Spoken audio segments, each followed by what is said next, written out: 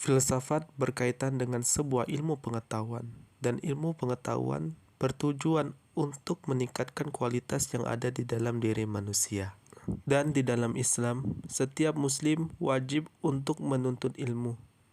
Dan fadilah atau kemuliaan atau ganjaran yang diberikan Allah Subhanahu wa taala bagi orang yang berilmu itu sangat luar biasa.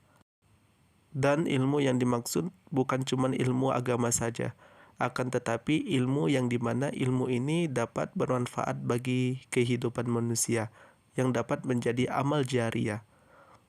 Dan jikalau ada orang yang belajar ilmu matematika dan diniatkan karena Allah Subhanahu wa taala, maka ia akan mendapatkan pahala.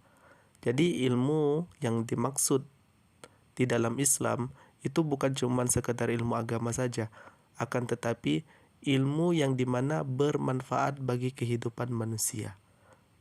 Rasulullah Shallallahu Alaihi Wasallam pernah mengisyaratkan bahwasannya ilmu ibarat air hujan. Jadi ilmu ini adalah ibarat air hujan dan manusia adalah ibarat tanah, yang dimana setiap air hujan yang jatuh ke tanah dan tanah ini pasti memiliki reaksi yang berbeda-beda dalam menanggapi air. Yang pertama adalah tanah yang subur.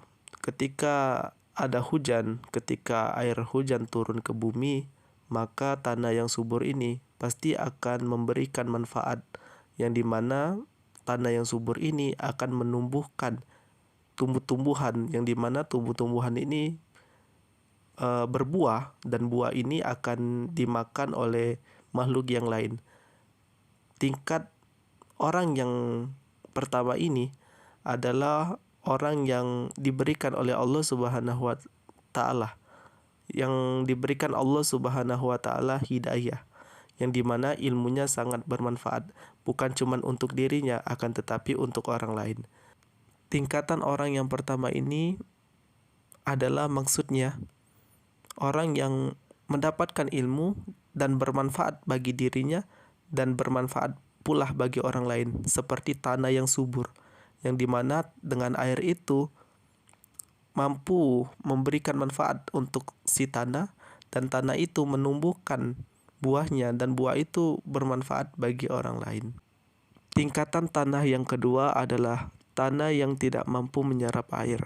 Jadi ketika hujan turun, tanah tidak bisa menyerap air dan tidak mampu menumbuhkan tumbuh-tumbuhan. Justru airnya mengendap, tidak masuk ke dalam tanah dan menghasilkan tumbuh-tumbuhan. Tingkatan orang yang kedua ini maksudnya adalah orang yang memiliki pengetahuan, akan tetapi pengetahuannya tidak bermanfaat bagi dirinya, akan tetapi bermanfaat bagi orang lain. Seperti tanah tadi, karena ia tidak mampu menyerap air, justru airnya mengendap dan jadilah sebuah kawah mungkin saja, yang dimana dengan air itu sang tanah tidak mendapatkan manfaat, akan tetapi dengan air yang menggenang, hewan-hewan yang melihatnya mendapatkan manfaat. Dari situlah hewan-hewan makhluk hidup mendapatkan minuman. Jadi sang tanah tidak dapat manfaat dari hujan, justru makhluk lainlah yang mendapatkan manfaat. Tanah yang ketiga adalah ketika sang hujan turun ke tanah, tanah ini tidak mampu menyerap air dan menumbuhkan tumbuh-tumbuhan, dan tanah ini juga tidak mampu mengendapkan air, dan justru dengan adanya hujan, tanah ini menjadi tanah yang berkualitas tidak bagus.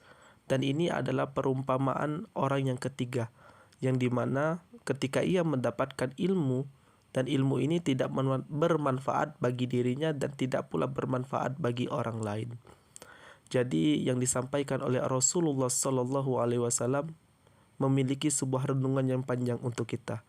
Apakah kita ketika mendapatkan ilmu adalah menjadi orang yang pertama, seperti tanah yang pertama, yang bermanfaat bagi dirinya dan bermanfaat bagi orang lain, atau malah sebaliknya yang kedua, yang dimana ketika kita mendapatkan ilmu pengetahuan tidak bermanfaat bagi kehidupan kita, akan tetapi bermanfaat bagi orang lain.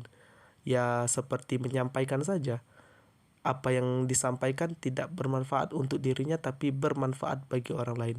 Atau justru yang ketiga, kita adalah orang yang ketiga yang dimana ketika kita mendapatkan ilmu pengetahuan tidak memiliki manfaat untuk kita dan tidak pula mendapatkan manfaat bagi orang lain.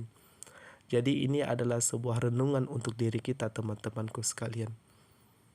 Mungkin juga untuk admin juga, apakah kita ini adalah golongan pertama atau kedua atau justru yang ketiga. Mungkin sampai sini saja penjelasan dari admin. Lebih dan kurang admin mohon maaf. Wassalamualaikum warahmatullahi wabarakatuh. Selamat bertemu di konten selanjutnya.